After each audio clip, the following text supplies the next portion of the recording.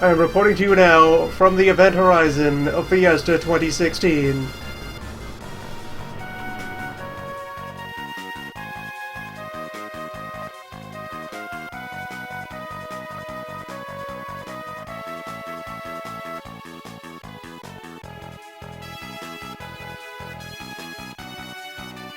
At this time, the final runner of the official race has initiated the cutscene preceding the battle with X-Step.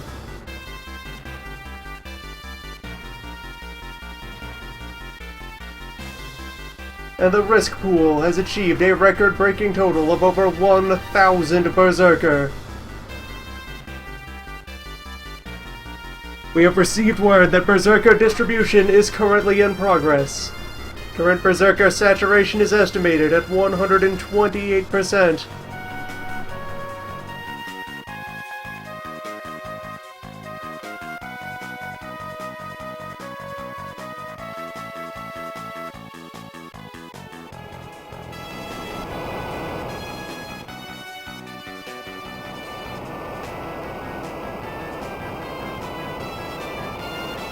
For each Risker, there will be nearly 1 1/3 Berserkers. Anger and change.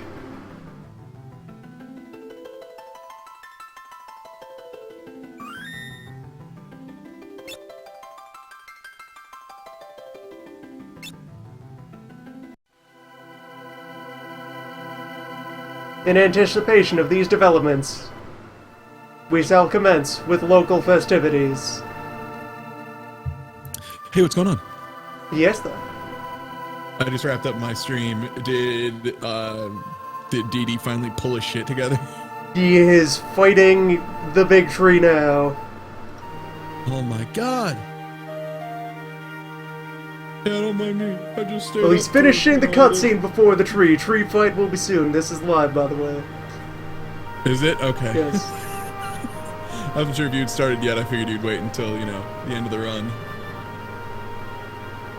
Hell no, gotta preheat this. Gotta preheat the oven. They are distributing the Berserkers now. The Berserker count is being finalized. 128% Zerker density. For 1,000 Berserker will be given happy homes in various risk runs. Oh god. Such as this one. Am I following Final Fantasy Future? What is the name of that account? It's FF5. FF5 for Futures. For Futures, there it is. I'm not following Gilgabot, probably because it will explode at some point. Yeah, it'll be easier to just check on the page when the jobs unlock. Yeah. Current status still locked.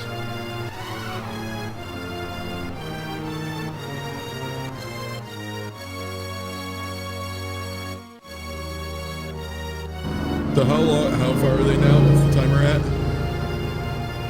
Oh, okay, I see it. Yeah, he's only like an hour and a half behind everybody.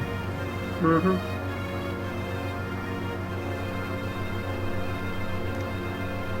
In absolute terms, he didn't fall all that far behind, just in the most amusing way possible.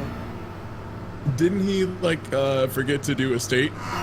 He did not make any saves during the initial leg of the game when he settled in to starting to grind to prepare for Goblin Punch wizardry. That's what level I thought, manipulation and carefully leveling only certain members of the party to certain levels. So we had one person standing who then got arrowed in the face and dropped. Then he had to start again. This is the runner who, by best estimates, has been awake for 48 hours now.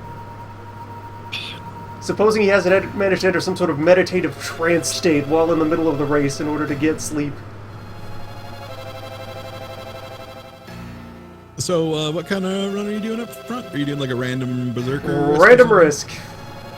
Random risk, nice. This way I will have at least one non-Zerker, and then potentially many Zerkers. Random's a good run. Random's Just that a really tiny good bit run. of insurance against the Quad Zerk. That's all I ask. I'd like to input one thing per round. Can you not get Zerker risk from random? Oh, Can you not get a you quad get zerk Berserker on risk, random? but your first one will not get zerked. Oh, okay. It's only when it's legal. Mm-hmm. So Chaos it's only Zerk Chaos Zerker can generate the quad that's the only zerk. one who can get the quad? Okay. At least that's how it worked in previous years. Who knows? Perhaps the laws have changed. The laws of Fiesta mean nothing. Chaos reigns.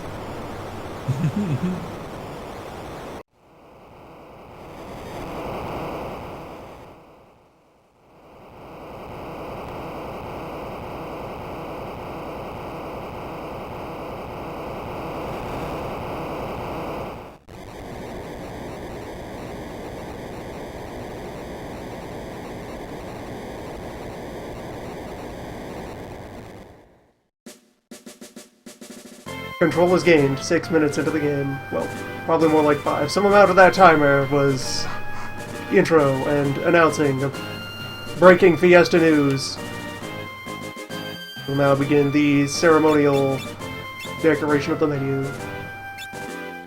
and adjustment of the settings.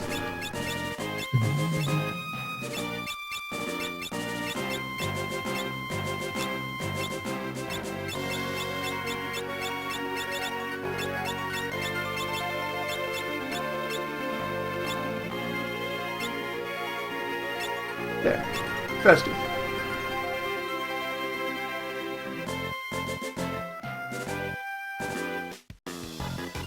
Explain Fiesta to me and what settings would be best for a complete newbie of Final Fantasy V. For someone who might be walking into this stream or this video, which will be later recorded and uploaded, knowing nothing of this event, this is the beginning of the Final Fantasy V 4-job Fiesta, wherein you play Final Fantasy V while using only 4 randomly assigned jobs out of all of the classes that are available within the mechanics of the game.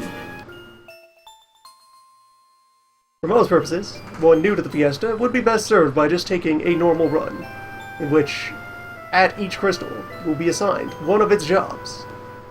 This generally produces an appropriate spread of abilities that should be capable of bringing you through the full extent of the game with varying but manageable degrees of difficulty. Once you are versed in the game and know its various ins and outs, you can then proceed to more complex and elaborate rules and regulations for how to fest.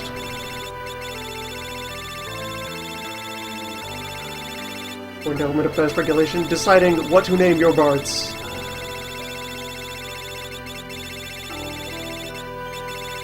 This label will follow you through the duration of your festivity.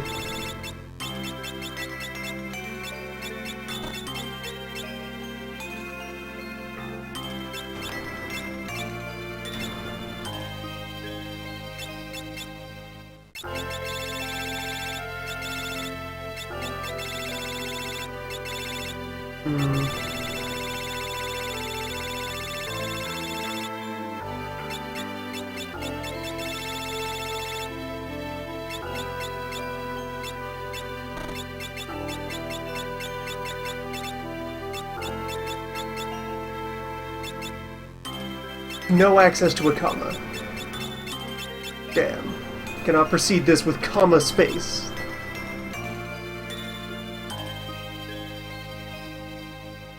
Over, call me, yes?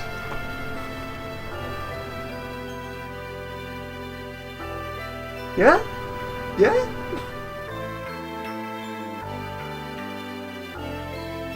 Bards is the only character you get to name, so spend him wisely.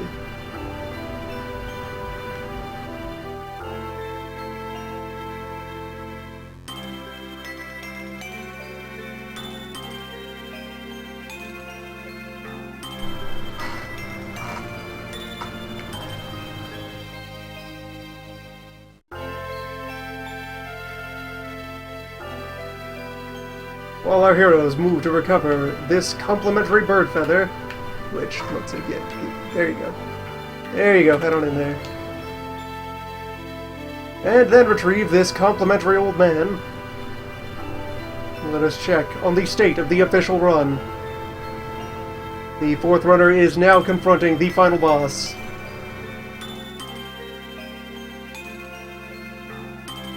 With the job combination which has been provided to the official race, I would say that there would be little chance of any remotely skilled player finding victory against this boss with that team at any level. However, it is in the hands of a runner notorious for making bad life decisions and running on probably 2 days without sleep. We wish him well.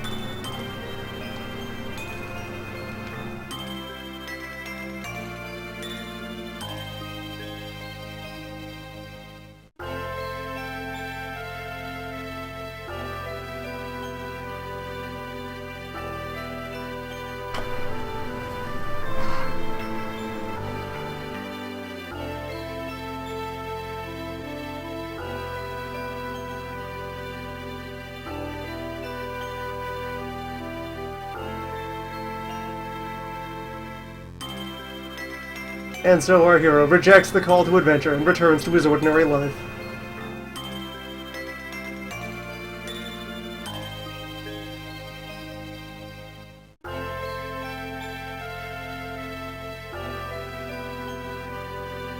The hero's journey, in which one proceeds from point A to point B and experiences no particular change in lifestyle or attitude in between.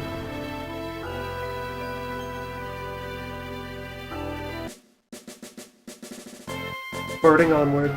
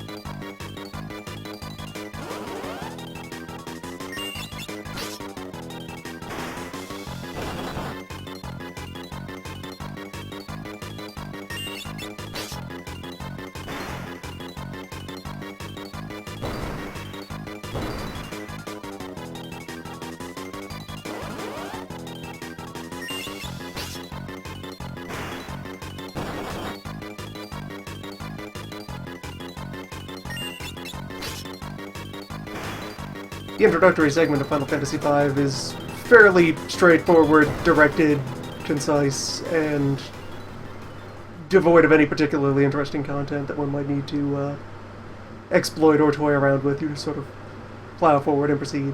It is common practice among many practitioners of the Fest to leave a save point after this entire segment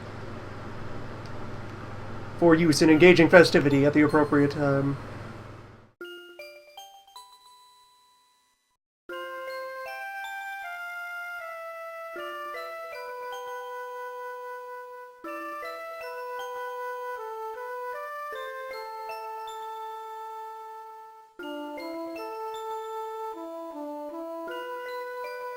Of course, leaving a save after this denies you the opportunity to rename your bards.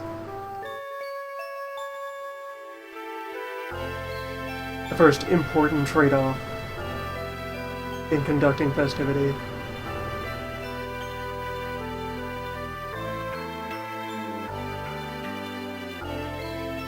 This run being played on the Game Boy Advance version of the game, as it is considered mechanically complete, has a competently executed professional translation. Some dislike this particular rendition of the soundtrack for being a little weaker than the SNES version of it, which is fine and fair. But for most purposes, this is considered the definitive release of the game. Playing the SNES version relies on fan translation. Playing the PS1 version is for those who do not desire joy in life. Playing the mobile version, we have a word for you. And on to adventure! The PC Steam version is also the mobile version. You have been warned.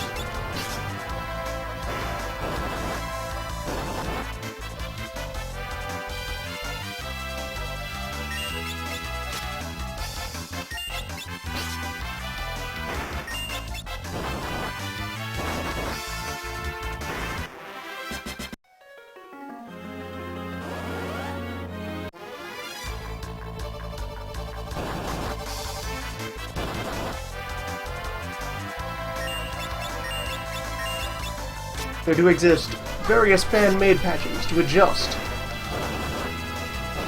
the ROMs in question, either to patch more SNES-like sounds into the GBA version. There's some people who've done like balance and bug fix patches for various versions. The Fest is not run particularly strictly, so pretty much anything resembling the regular game is considered entirely Fest legal. It is a time of peace, prosperity, goodwill, and bringing joy to children.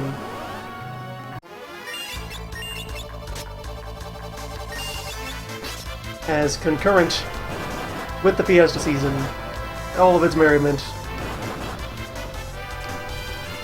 donations are being collected for Child's Play to bring joy to the children.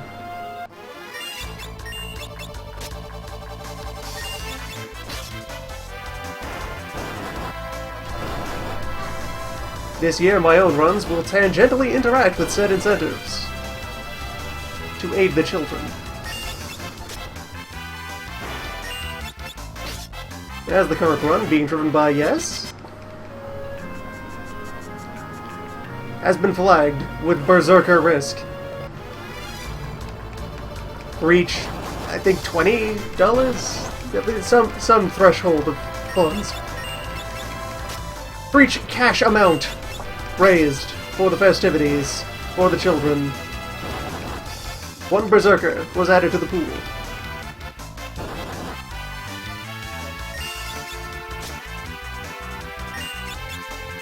Each run which chooses to adopt the Berserker risk is guaranteed to receive Berserkers from the pool until the pool is depleted.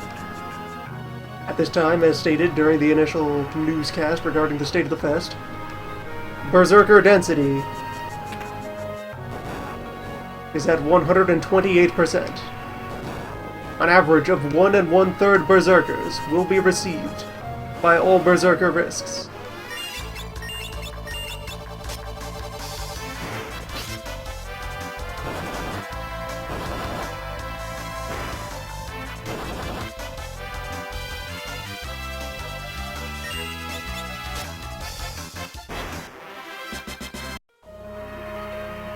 We have word from the festive front. The tree is dead. Long live the tree.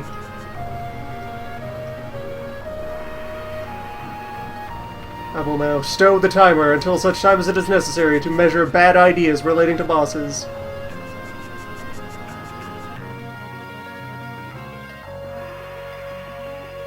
I still await the processing of my first job, however, plenty of time exists, is present. Time occupied, time, space, duration, length, distance from to have. It'll be a bit longer before job would need to be drawn, so we will continue while the robot chokes on the many thousands of registered runs which are seeking to conduct festivity.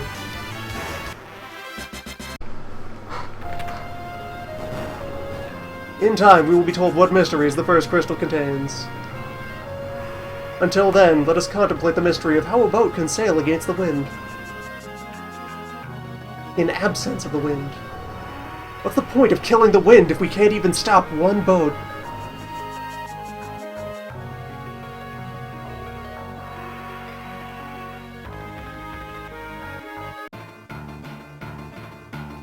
Good news from the front that the fourth runner has concluded their efforts with a successful gunching, having pledged to build their strategy primarily around strategic use of Goblin Punch. He gunched well.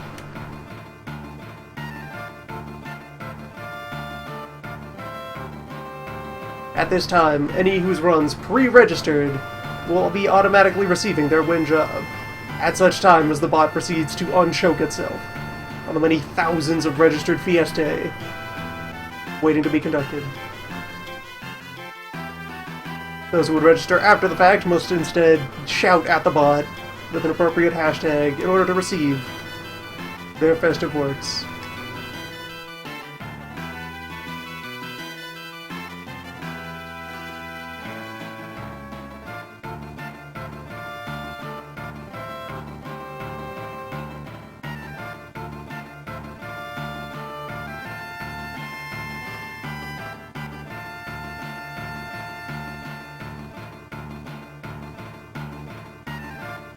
Please wait patiently to be impounded by pirates while you await the arrival of your festive paperwork.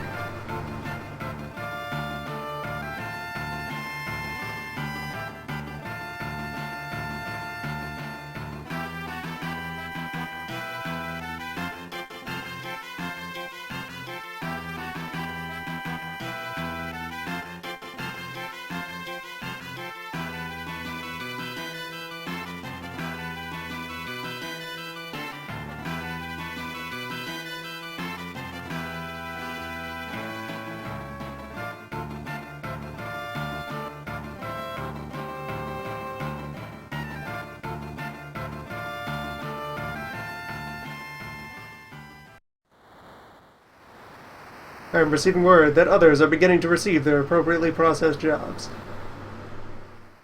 I have received word that I have received my first duly processed job. Let it be known that at such time as we arrive at the Wind Crystal, we will adopt the guise of crime. Thief Run begins. Finally. Crime.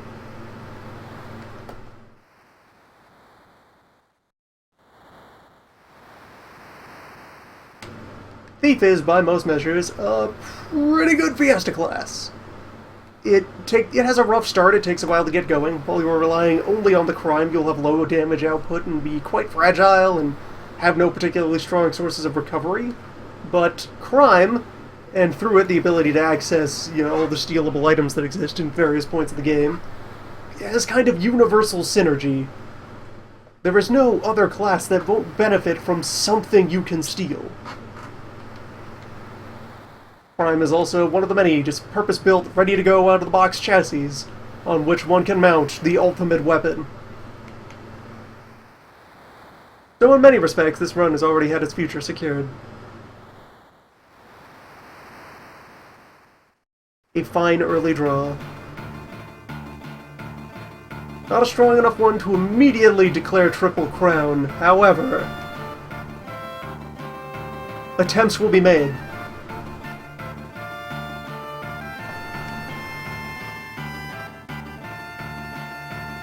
For one unaware of festive custom, what I refer to with that statement is that in the process of conducting festivity, there are 3 end goals.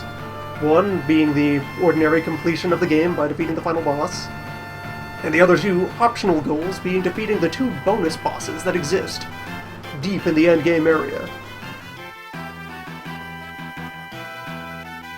While near every festive configuration, well, actually at this point it has been proven that every festive configuration is capable of defeating the final boss, regular kind. Not all of them are well equipped to handle the many powerful techniques available to the bonus bosses. They require particular powerful magics to overcome. One's not necessarily well served by the guarantee that I will have a Berserker on this team. However, attempts will be made. Without knowing what else is going to be placed on the team, there's no telling what Berserk synergies I'll be able to construct in order to hopefully overcome those obstacles. Hopefully? Sure, let's go. That's a word. Let us maintain the horp.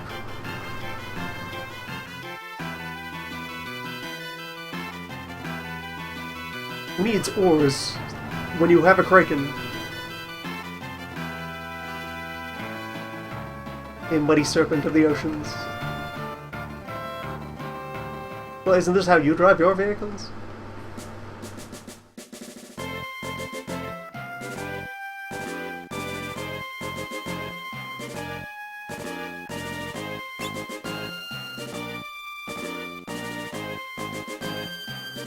And now that the festivities have initiated, those who attempted to locate this year's secret command will begin learning the ways.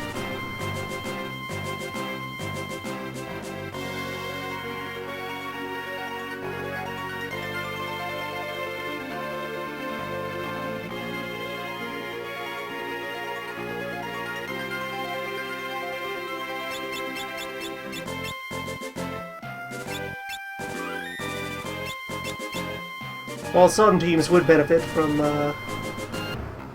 heading on over to the first town that exists in order to gather some kind of preliminary supplies before heading up here. Well, really, at this point, you're not using any of your jobs. There is some fringe benefit to going to collect supplies from the first town, but they're not necessary at all. You can just plow straight in here with no particular regard for your own safety.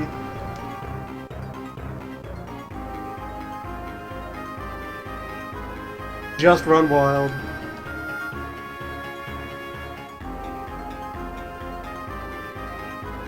Your initial party has all the tools that it needs to just plow forward without our abandon. No, one of us isn't even carrying a weapon. That will be resolved at a later time.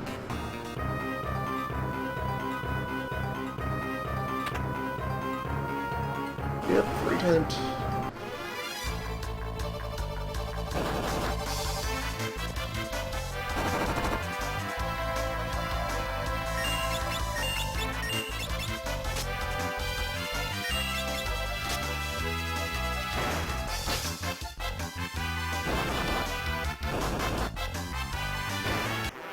An old man without a past is his own weapon.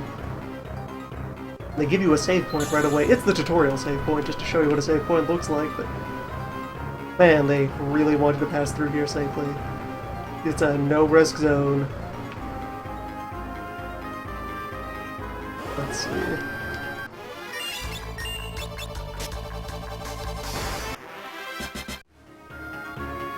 Yeah, just gonna duck over here for a certain object. Well, it's just a hat. Plenty of use in hats.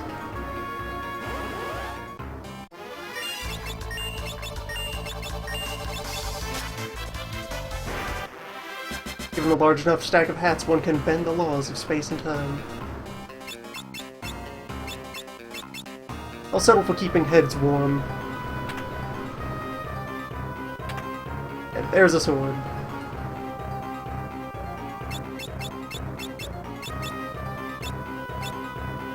Apparently I had another hat in here somewhere.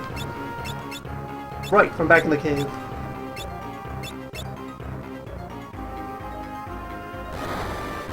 Let us confront the first boss. Alright, now Miss Dragon here has a bit of a gimmick to itself. See, it's here to introduce the player to the concept of the active time battle system. So what's going to happen is, right now it's in this stance that you can see here, but after a certain amount of time, it's going to withdraw into its shell, and then if struck in that position, it will throw lightning at you. Now, in order to make sure that the player properly understands this, there are of course a number of dialogue cues that are going to lay out the nature of the gimmick.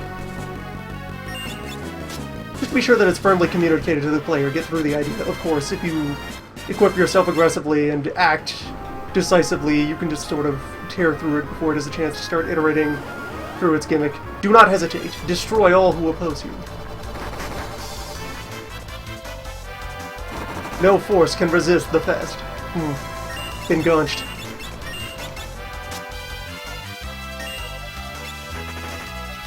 Let's start collecting evasion.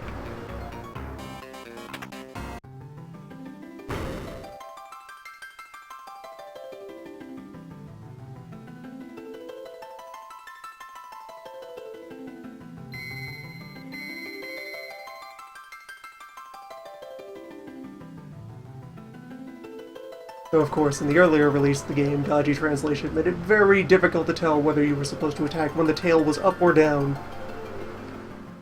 Poor choice of words provoked many a player into provoking many a brutal counterattack.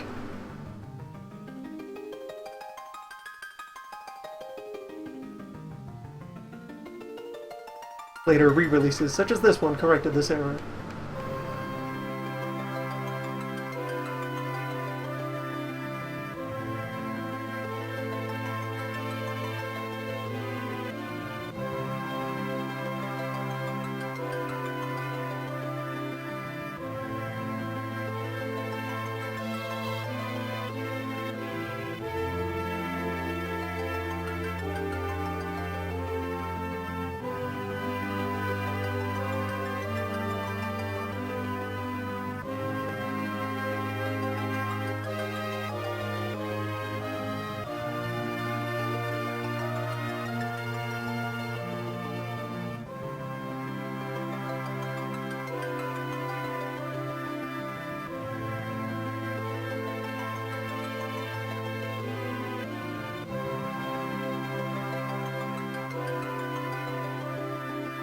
And so, settle back, enjoy the prelude.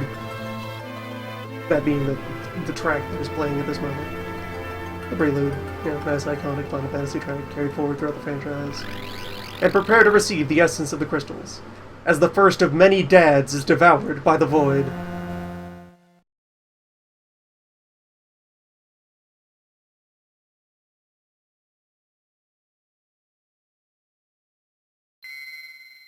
Its hunger is without limit.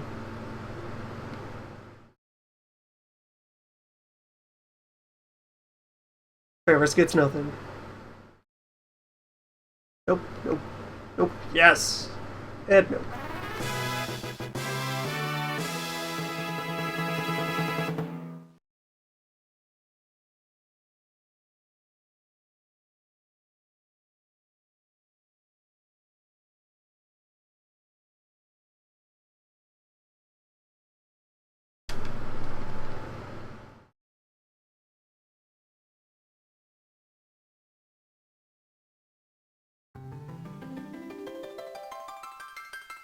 Final Fantasy V is, for the most part, pretty fast and loose with its plot. Outside of a few particular stretches, it is light on cutscene and high on content. Mostly focuses on plowing forward with your adventure.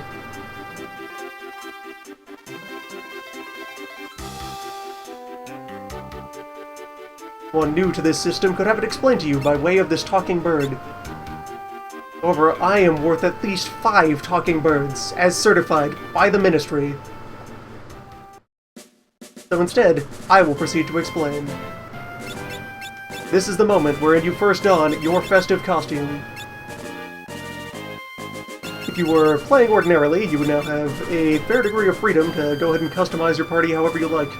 At any time and any place, you can arbitrarily define any member of your team to be any class you'd like. From it, you receive abilities and have limits on your equipment and so forth. For purposes of festivity, at this time, you proceed to have everyone jump into their first festive costume. Your win job.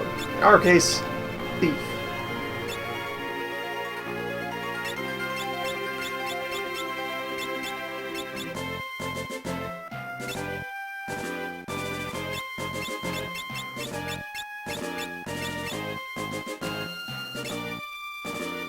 You can see here now that our characters have both a class level, or a character level, and a class level.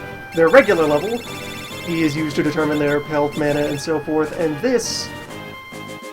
your level combined with your class at all times determines your health, your mana, your other attributes, and that will always be the same, regardless of what is up. You don't have to worry about, like, stat growths going on under the hood, where if you train as one class too long, you'll become slower or tougher.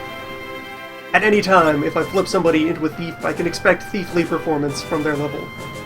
The class level over there, under Thief, you'll gain ability points from fights that teach you class ranks. Those will give you new skills that you can use either on your class, or when you switch over into a different job, you can bring those abilities with you and use it to build combinations of different classes. This is the heart of the job system, and the power of Fiesta. Right now, our thieves know only crime. and passively the ability to see hidden passages, and the ability to dash, which combined with the auto dash that was put into this version means you can move at 4 times regular speed.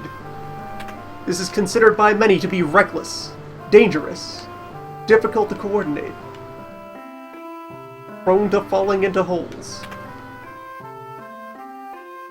Like so. We move at the speed of crime.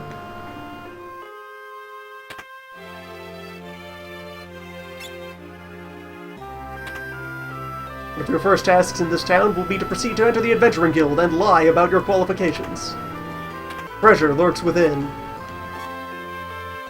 Moderately useful treasure, but enough to help get you kickstarted as you're heading off to your ways and means. Also take the time to notice one of the first problems you will strike during a thief start. We only have 2 knives. We have a dagger, and we have knife, a unique item which appears only on Lena at the start of the game, and is worse than every other knife that exists. Thieves can only equip knives. I will have no source of additional weapons for the party until I reach a certain area and proceed to grind for knives. This is important. Without knives, you are doomed. For now, I can take this hat and shoes. Well, further armor and shoes. Right, I set it to strip people when I switch classes. The default behavior is to optimize your equipment after you switch classes, but eventually you will have enough clever, interesting gear with secondary effects that just sorting by raw power will not get you what you necessarily want.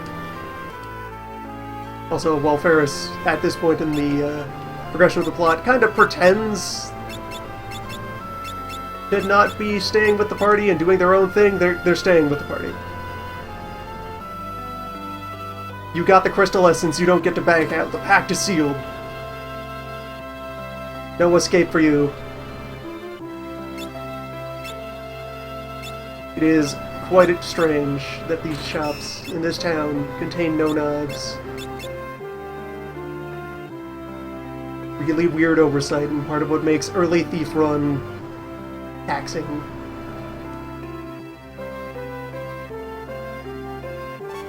This country and its ridiculous knife laws. 14-day waiting period. Need a background check just for 1 knife.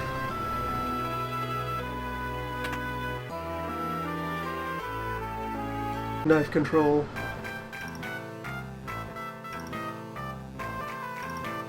Since I don't know what jobs are waiting for me further down the line, there are a few things I'm going to conduct and collect in order to just save time in case they show up later. One of them is this piano. The dancers are out of the way, having fused into a single harmonious mass of revelry and festivity. We will piano. In the event that you receive a bard, you would like to collect all of the pianos in order to unlock your final barding skill. At first, you know little of music. In time, you will learn. Used with the power of the crystals. There's nothing important up there. Cutscenes, I guess, but that's not why I'm here. It could be why you're here. In which case, apologies for disappointment. Item shops are usually in inns. Frequent them, especially when you are working with classes which lack regular healing sources. A Fiesta will make you appreciate the common white mage in a way few other things will. The next thing to do is to visit this fellow. Because if you went about exploring the sea that we have access to right now, the only way out of it is a canal, which is locked. This is the man who built that canal.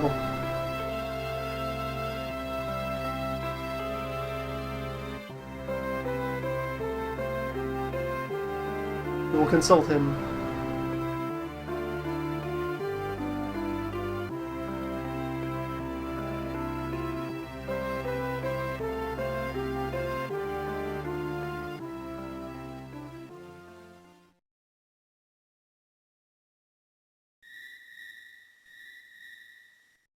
In the process of learning piano, one cannot simply practice with a single instrument. You must find exciting new pianos to broaden your horizons.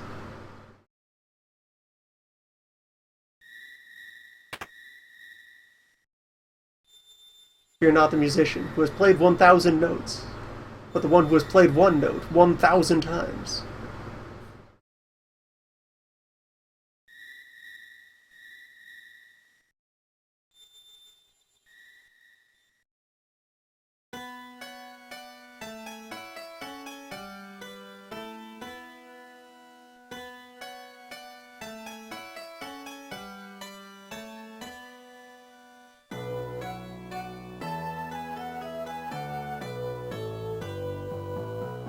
This is one of the stretches of the game that is a bit more heavy on the cutscene. It will ease.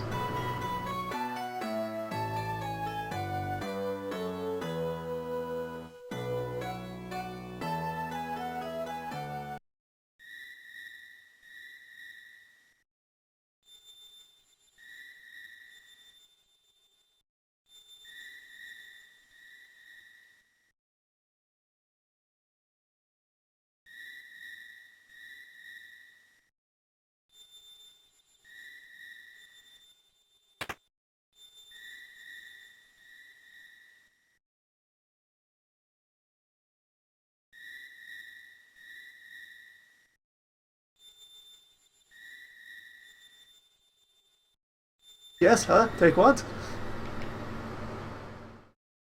An effectively chosen name for your Barts will create much revelry as you move through dialogue.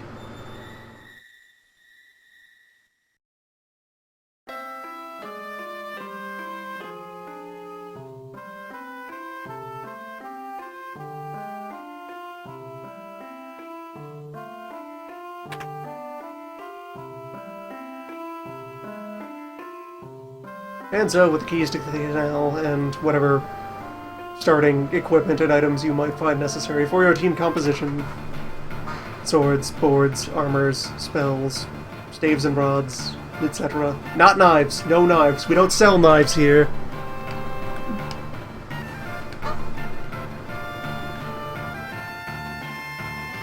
Very strict tariffs on knives.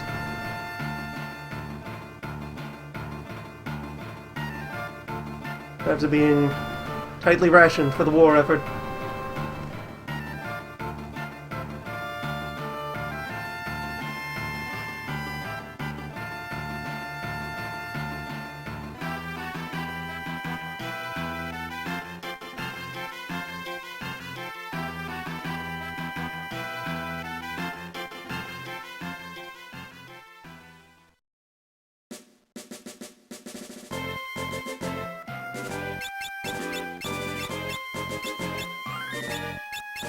So the basic ability that our thieves have on them right now, aside from their passives of running really fast on the overworld, finding hidden passages, and if you have a thief in your party, you can never be snuck up on. You cannot get back attacked, you cannot get caught in an enemy surprise round. You will always get to fight your opponent straight on, face first, with the formation you would prefer to use. At this point, our other ability we have is Steal, which will let us try to pull items off of enemies. Each enemy will have particular things that can be stolen from it, both a common item and sometimes a rare item, sometimes only a rare item and not a common item. While crime can be fairly unreliable in some circumstances, it creates a source of things you would not be able to get otherwise, or things you're only expected to have one of, or things you're not supposed to get for quite a while. Many things that you would not expect have crime-compatible objects waiting to be ripped off of them and put to use.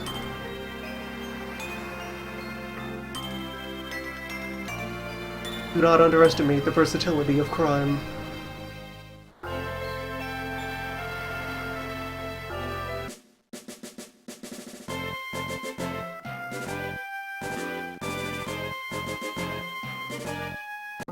The captain has abandoned the crew. It will not be long before we reach a situation that would not have been a problem had we brought the crew.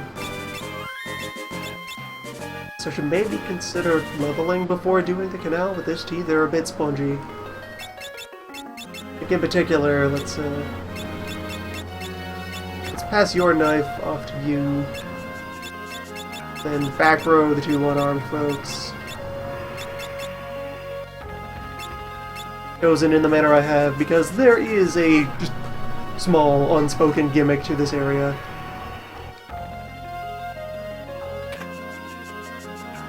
Very simple, it would easily go unnoticed if we were just casually rolling by.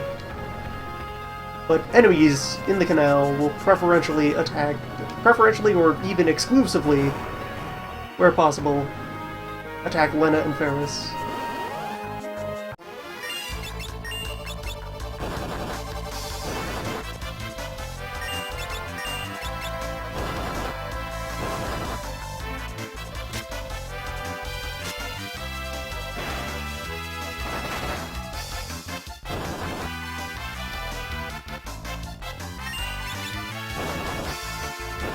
So by keeping them back row, they will comfortably tank damage, distracting the enemy, while our knife folk conduct surgery.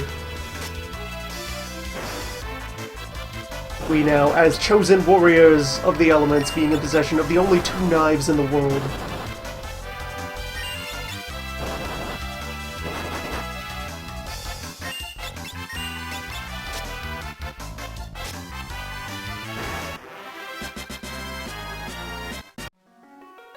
Sometimes levels find themselves as you move forward.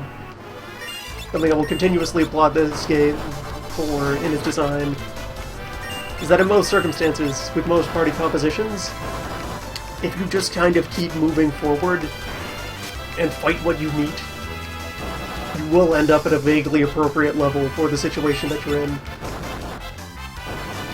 Outside of particular classes which are very fragile or very under-equipped or lack access to a gimmick that you might want to apply to a given situation, there are very few times when one needs to sit down and grind. You can grind standing if you'd like.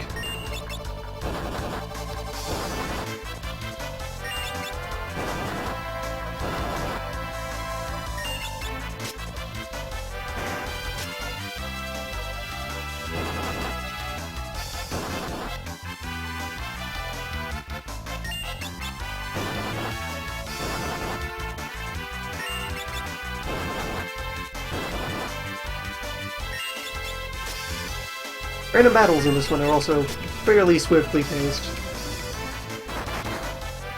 If you, like, watch the time bars down there at the bottom carefully, sometimes you'll just see them all abruptly jump very far all at once. That's just, like, the engine recognizes spans of time where absolutely nothing is happening and just skips forward until something is taking a turn.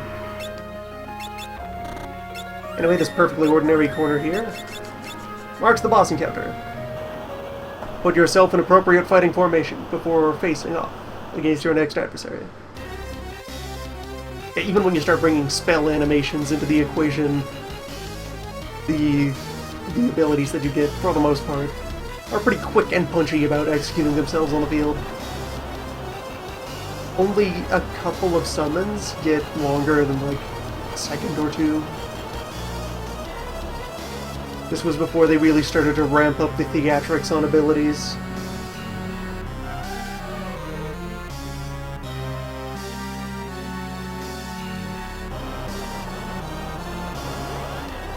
Oh yeah, the monster we sealed under the interstate. Hello, Carl.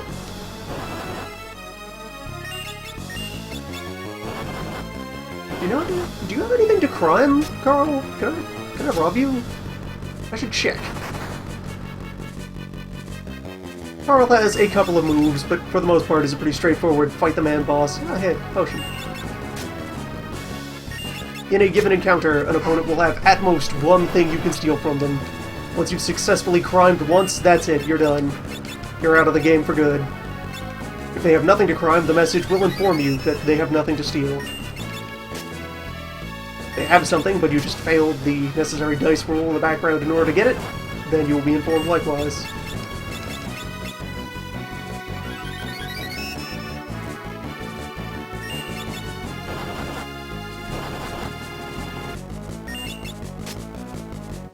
For the team of thieves, our primary source of healing is just lobbing potions around, and those are very quickly going to stop being relevantly scaled for what we're up to.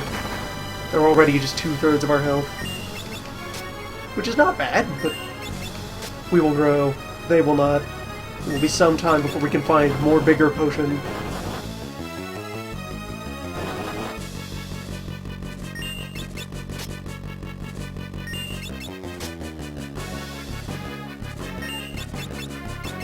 Fortunately, I stocked up.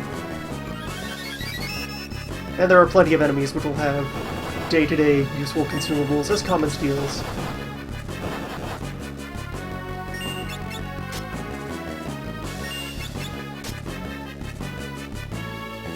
Yeah, throughout this run, Carl has actually declined to use his most dangerous move. Yet. Let's see if we can draw it out of him.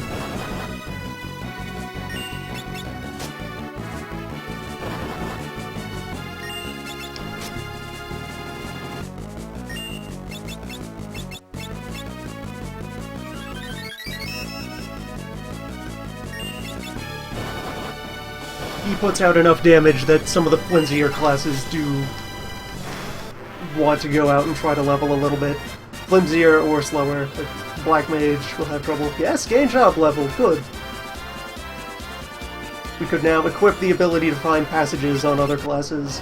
That won't come up at all because we're always going to have 8 Thief on the team.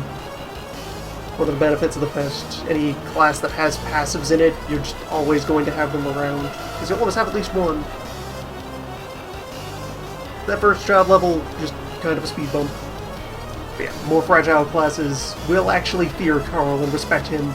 We do not. We know only crime and ruin.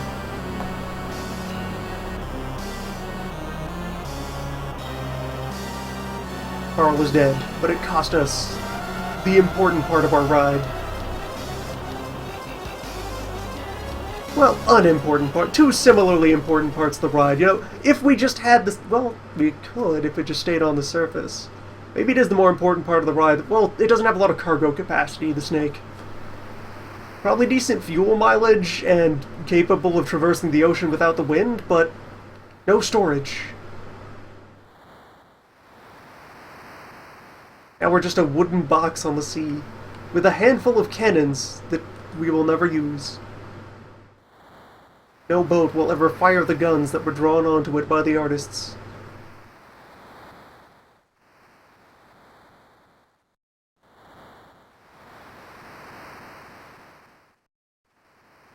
Welcome to one of the game's other recurring themes, giving you a vehicle and immediately destroying it. We will go through many vehicles. Few will end well.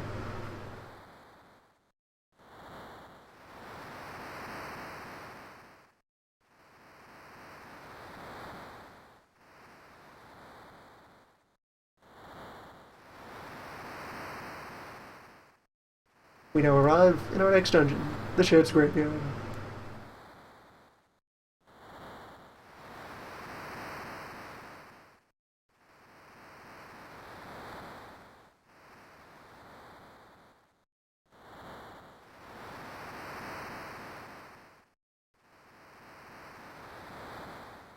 Home of many ships, and many dead ships, and many knives. Take a moment to wander over here. Captain's cabin. You can rest here for free. There are a couple of beds in the graveyard. All of them are free recovery. Old men take priority in bed selection. Everyone else gets a chair. But yes, free full recovery, which will serve us well as we now attempt to farm for knives. I don't yet need to, like, really dig in on that. We can try to delay the inevitable for a little while. These skeletons can drop the knife. Well, the dagger. The more better knife. I want 3 of those before I leave this graveyard. And they have nothing to steal, so we will just cut them until there is nothing left to be cut.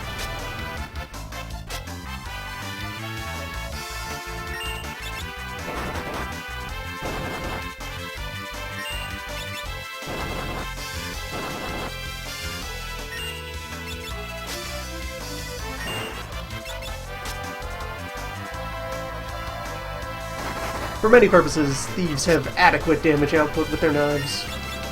Once they have knives. Thieves with bare hands, not particularly potent. They are not versed in the arts. Crime lacks the discipline necessary for Kung Fu.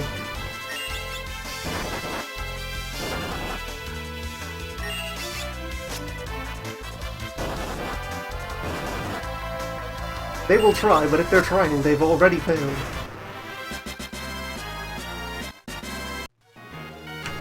The hunt for knives will give me an appropriately organic reason to tool about a bit and gain raw level.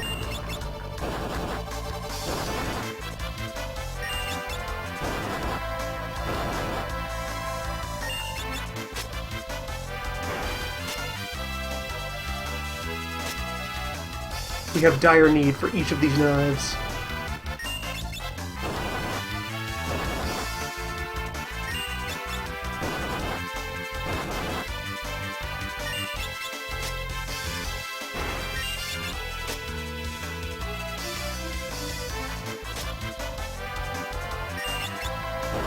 For many crimes, it is not weapon, but fear of the weapon that is an important element of their execution. However, most monsters know no fear. We cannot deter them with illusory weapons. We need the real kind. The stabby kind. Now, trying to recall where the hitbox is to close that, that bridge there, because there is a thing down there that I may as well collect while I have to wander about here in Bone Hell. Every one of these skeletons have a knife, but not all of them are crime caliber knives.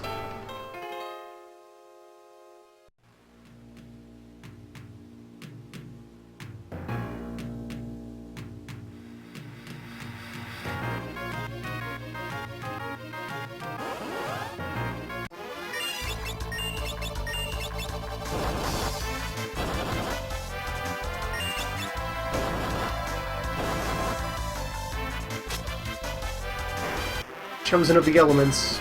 We must take only, yes, this one will do. Only the finest in cutting tools. Why are you naked? Stop that.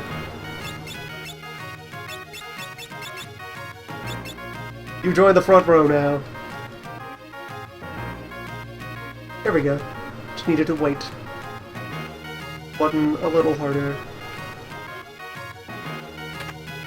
This is the flail. It is a staff-type weapon that has decent physical attack. If you have white mages or other flail-compatible wizards, it's a useful thing to throw onto them, given the capacity to just bonk things appropriately on the face. If you're stuck with a white mage team right now, that would be your only reliable source of physical damage at all. That flail is the difference between life and death for a white mage.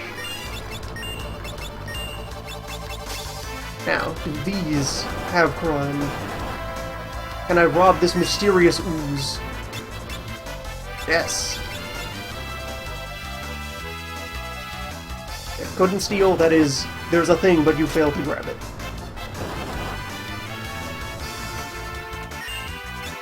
And since we still have one underarmed character, they can conduct the thievery. Everyone has equal thieving chances. There is one accessory that will improve your crime rate.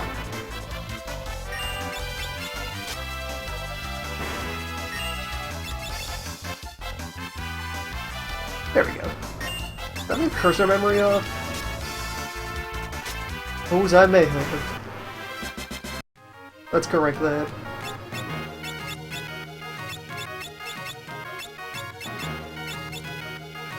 For ease of repetition, as will often happen with physical parties. Or many other parties, really.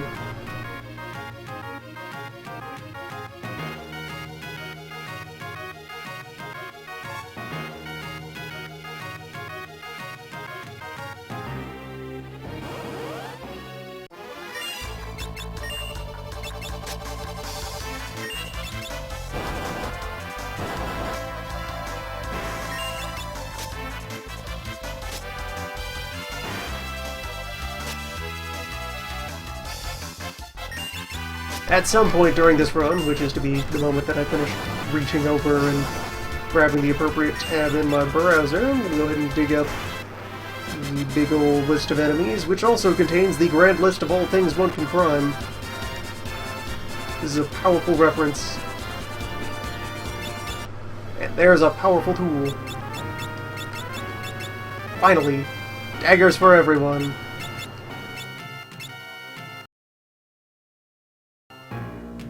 Alright, good to know that that button's up there.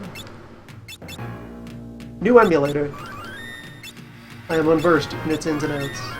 We will learn them together. This year's fest brought to you by MGBA.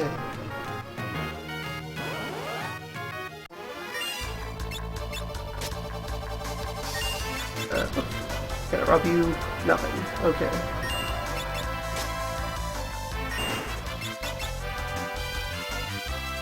And free potions.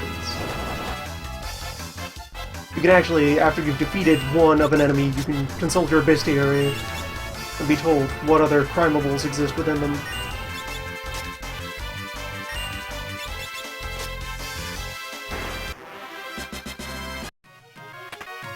As long as we take less than 50 damage in an encounter, that's profit. That was the right way to go. I'd like to go the wrong way first. The wrong way is the right way. For looting. Always choose the right-wrong way.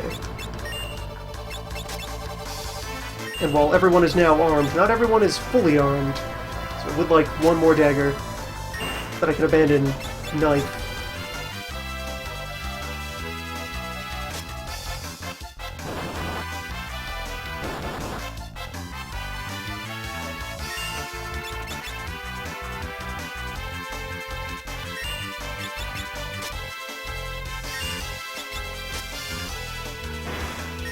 You are looking to dial up your APM while conducting festivity. There is also the alternate menu mode where each of the commands is on like a cardinal direction rather than a vertical 4-step menu.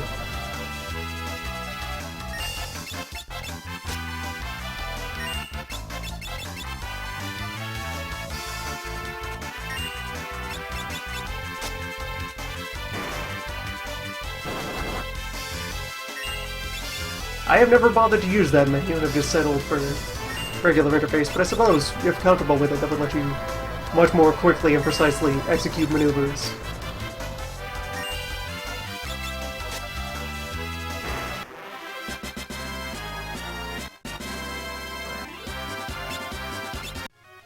There are enemies here that rare drop elixirs.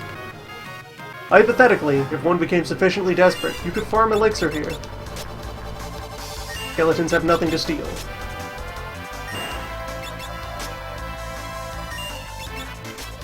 Their only prize is murder.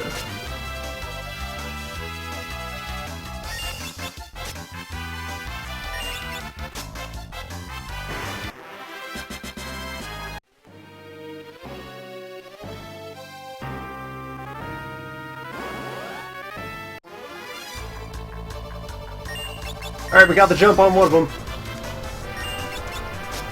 Shake him down. Well, that's probably the thing. Their main weapon is more of a cutlass. Not what we want. We want knives. We're looking for the few skeletons that carry like a decent utility knife in their back pocket. Wait, hold on. That has value. First, theft. Well, also neutralizing dangerous targets, but also theft. Always remember theft.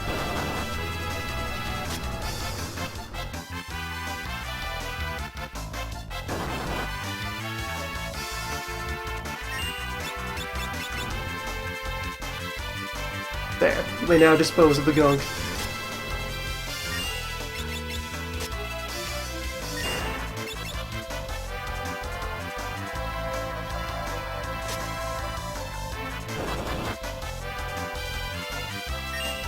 Right, that has nothing. Destroy it.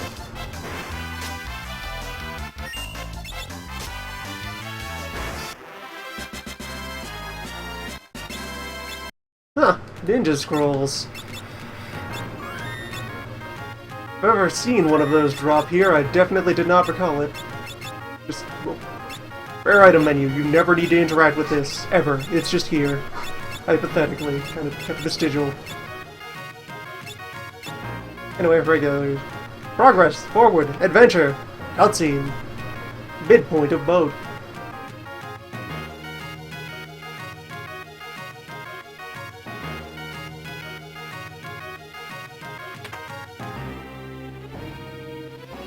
Let us develop the character.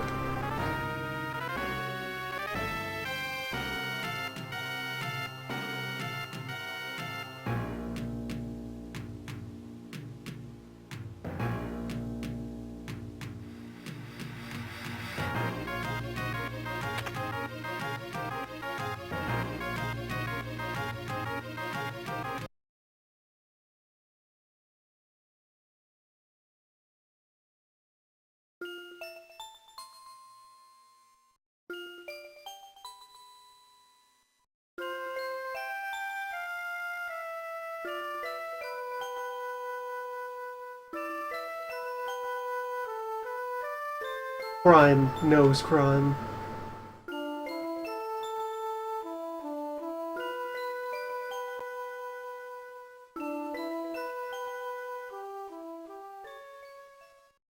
Land or sea, there is always honor between thieves.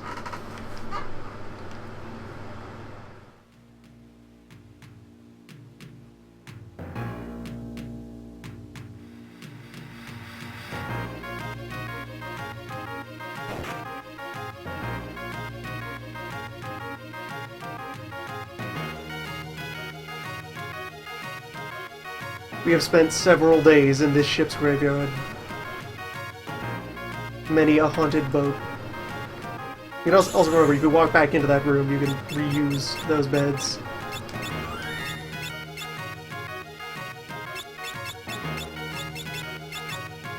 I'm still running on knife. I need one more dagger before I can comfortably proceed with festivity. You might look at the levels of damage they're putting out and think, oh, that's not too much of a drawback. It is. I will need every precious point. One of you skeletons at best yield a knife. There will be consequences otherwise.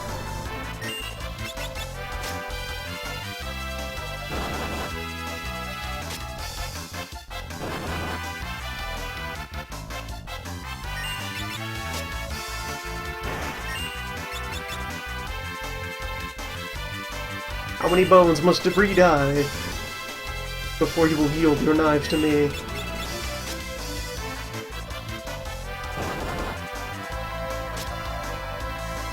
Really, I should be stealing with Gallif, since he's the one carrying the worst knife out of the regular wall. But we're optimizing. I'm not at the point where I need to optimize. Things are quite comfortable right now. Early Thief has not yet hit its major crunch points.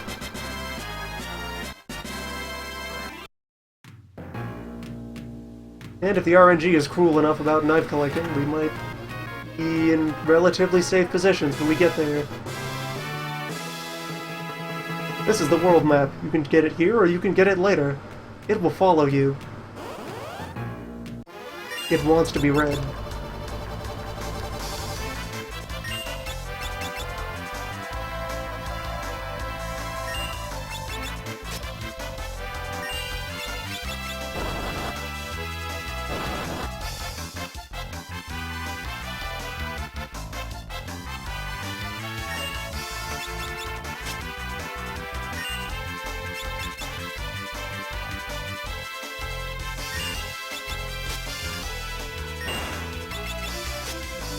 That map will pursue you across time and space, between dimensions. That map will leap worlds to hunt you down.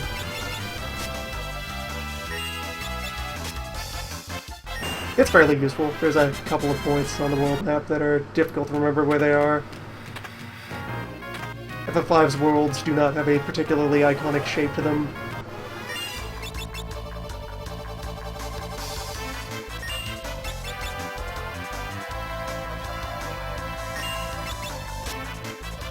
The map is helpful. It highlights points of interest.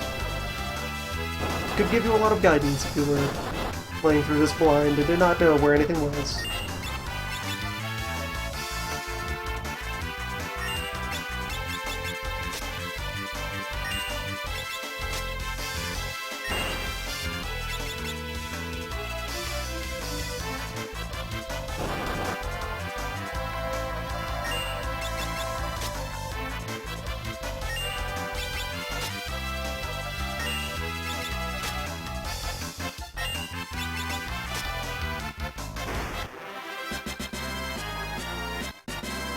There we go. Now we have attained the first of many of Thieves' mighty secret techniques. Cowardice. So with Flee there, this is an ability that allows you to immediately and perfectly run away from battle. If it can be escaped, you will escape. With this, we can conduct shenanigans.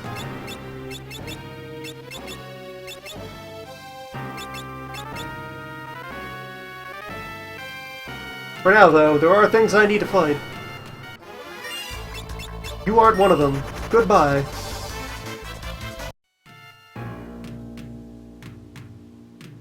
Make my way back to the bed, see if I can get my appropriate bone encounter. Anything up here? No.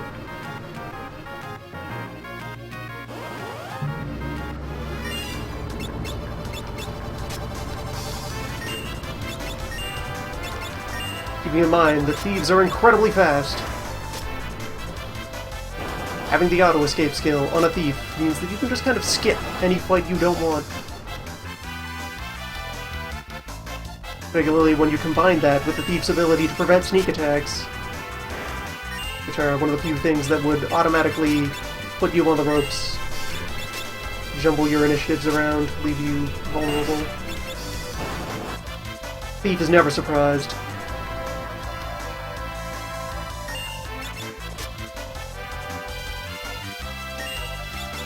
Crime is the only constant in their lives. Knives are the only constant in our lives. There we go, fourth dagger.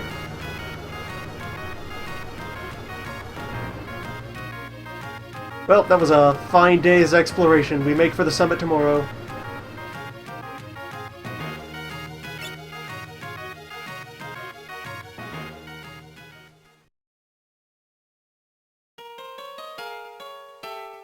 I mean, we have reason to believe the world is dying, but that's no reason we can't just spend a week just moving at a reasonable pace, comfortably camping here in the boat graveyard.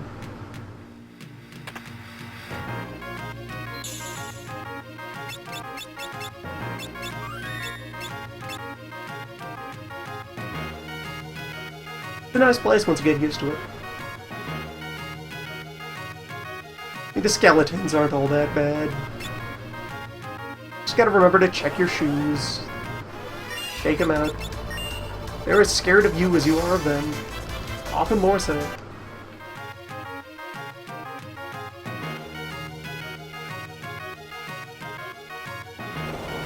This box contains the rest of the level.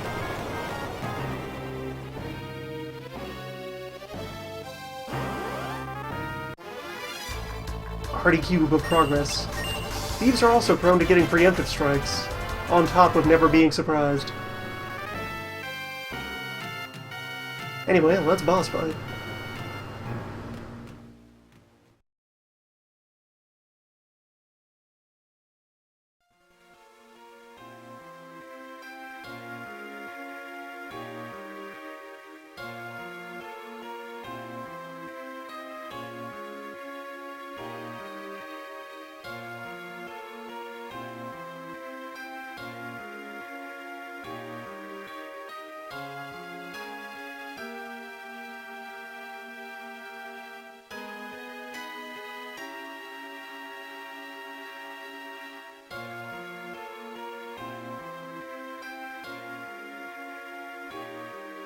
This boss battle, our chosen heroes must confront their anxieties over leaving home.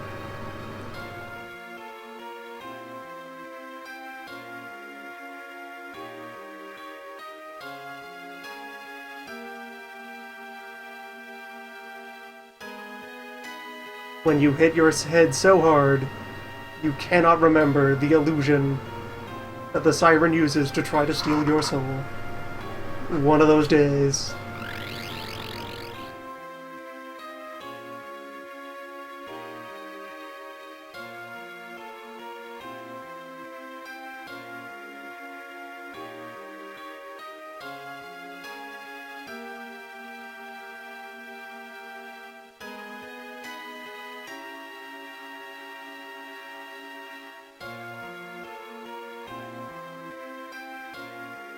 Yeah, this is the only double tall sprite in the entire game.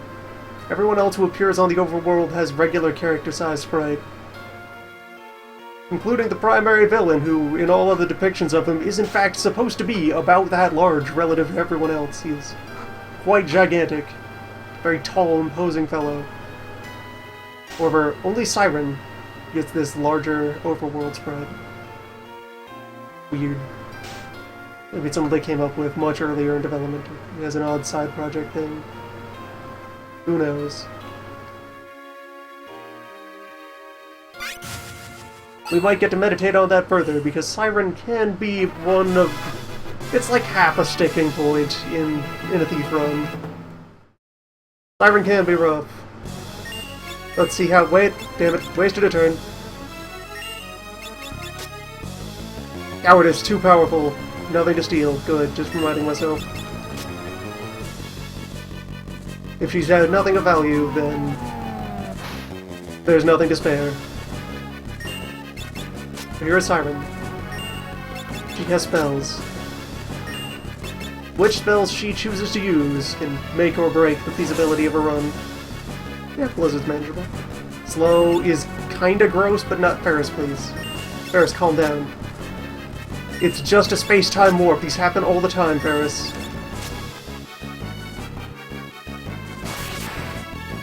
Yeah, the regular old attack spells that she has are one of the least threatening things she can get up to.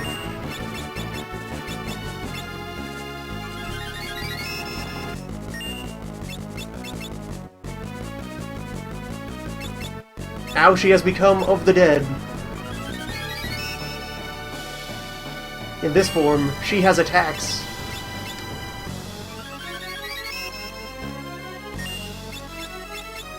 As one of the dead, though, we can just bombard her with potions. We do not continue to bombard her with knives, as her physical defense is quite large.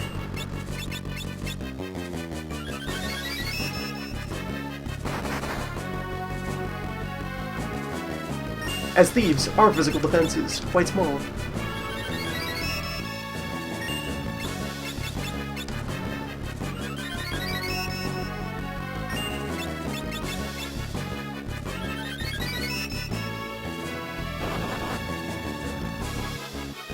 Alright, Yes is down.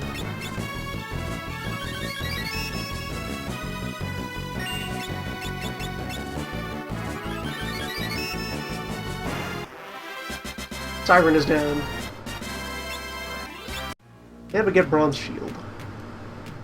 There are two things Siren can drop. I think it's just dependent on form. If you kill her alive, you get armor. Kill her dead, you get shield. Yes, one might think to Phoenix down to kill her with Revive, but she is a boss that is resistant to that. However, not all of them are.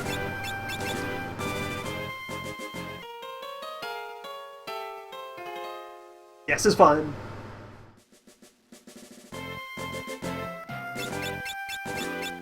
Yes is good. Adventure resumes. You'll be a little behind on AP. No worries.